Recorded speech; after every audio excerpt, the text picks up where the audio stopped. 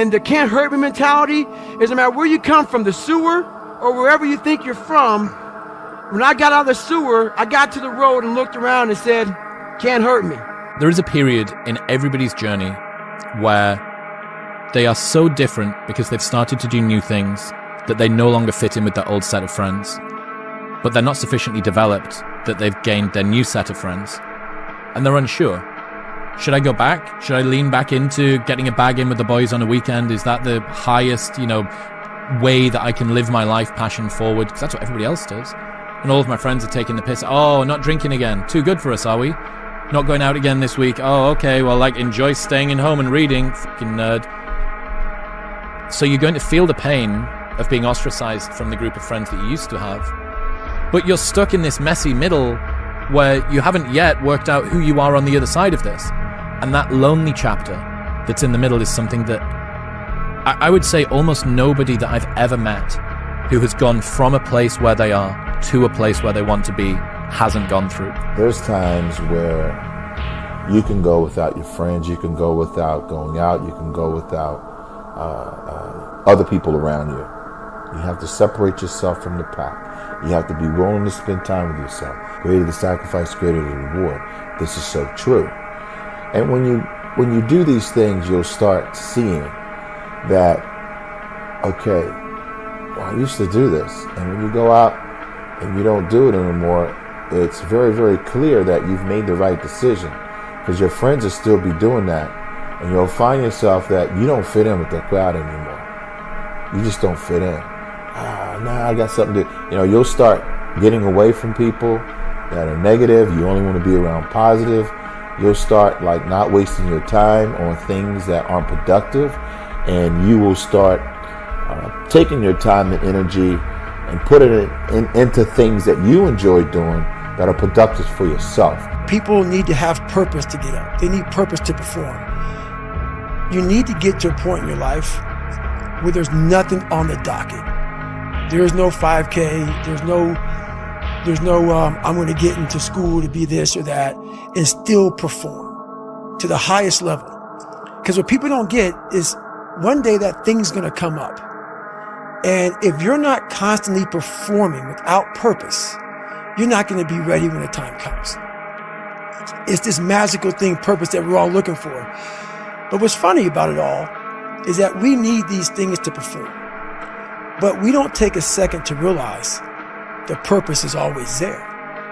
The purpose never leaves us, because the very purpose is you. You are always the purpose. There may be another purpose, like being a SEAL or going to college or whatever, but the main purpose in life is you. So if you wake up in the morning and you don't want to do something, you don't care enough about yourself. If you had to create a human, what would you put them through to make them tough? It probably wouldn't be a really chill life. What would you put them through to make them patient? You probably wouldn't give them things immediately. And so it's we want these traits, but each of the traits has a price tag attached to it. It's just do you want to pay the price tag to get the thing? And so I think if people reframed the period of life that they're going through as the price that they're paying out of their wallet, but the wallet is their time, it's the seconds of life that they're trading for it, then I think more people would be willing to make the trade. Because at least when I look at myself, when I'm 80 something years old and I'm looking back at my life, I want to have these traits. But in order to have those traits, I know I have to go through these things. And I think for me, that's given me a lot of comfort in hard times. I always fix the things on the surface. So if I couldn't read and write, I learned to read and write. I would always fix these things on the surface level. And so whenever something hard would raise its ugly head, I didn't have any kind of tools to handle it. Man, I thought I fixed this already, man. But no, I didn't go deep into the dungeon of my soul to say, okay, what is making you a quitter? What is making you a weak man? What is making you afraid? And so that's why I kept on quitting and going back to start, or not knowing how to get through hard times. And that's why I always tell people, I'm not a theorist. I didn't study, I didn't study a book. I literally put myself in a fire repeatedly, like a sword.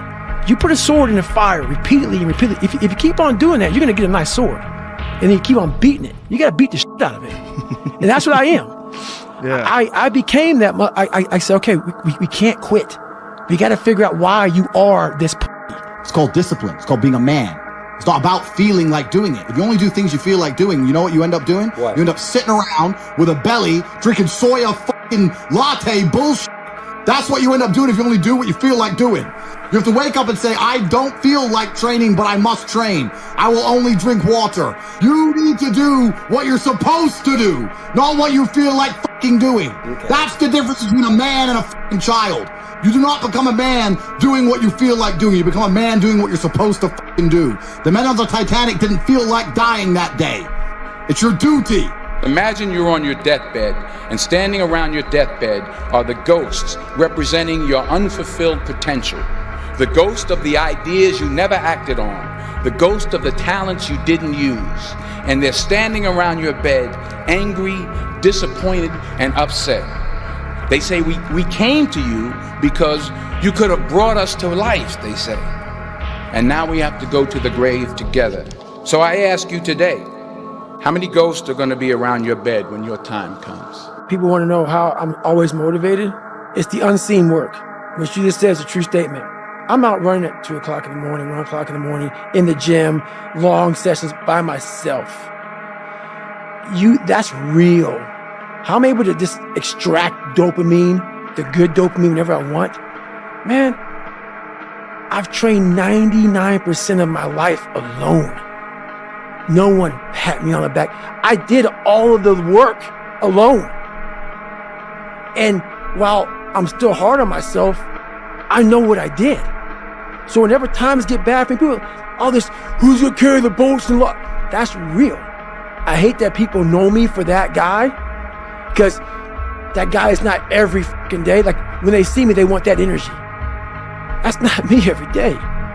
I can extract it immediately when I need to, because when you train alone, and I lived alone for so many years in this misery, and you're able to get out by yourself. If you stay in your comfort zone, that's where you will fail. You will fail in your comfort zone. Success is not a comfortable procedure. It is a very uncomfortable thing to attempt. So you got to get comfortable being uncomfortable if you ever want to be successful. Look, I'd love to sugarcoat this thing for you. I'd love to tell you, look, you can go out here and get rich, do a couple of things. That ain't happening. You got to get real doggish. So I define learning by same condition, new behavior. And so when you go to a video game and you battle through the level and you battle the boss, if you keep doing the same thing to the boss and you keep losing, then you have not learned, because you have the same condition and the same behavior.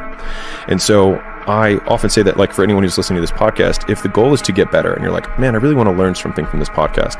If you listen to this podcast and then you're in the same exact conditions as you were before, and then you do not change your behavior, you learned nothing. But I had this fire that I'm going to be somebody. And it has to be there, because on all those bad days and all those days you don't want to do shit, you have to be your own motivator, your own coach, your own trainer, your own everything. So to do that, you have to come into work, and work is, whatever your work may be, ready to go. And what that means is you may have failed miserably yesterday, but you come to work like, people are like, man, you just lost everything. How the hell are you this fucking damn motivated? Because this is what it takes. This is what the fuck it takes. And you got to get it from wherever you can.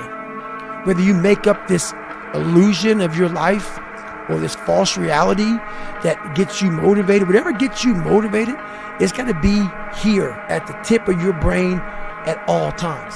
Because in those dark moments, you got to pull it out. So that's the big thing for me, man. I was always fired up at all times.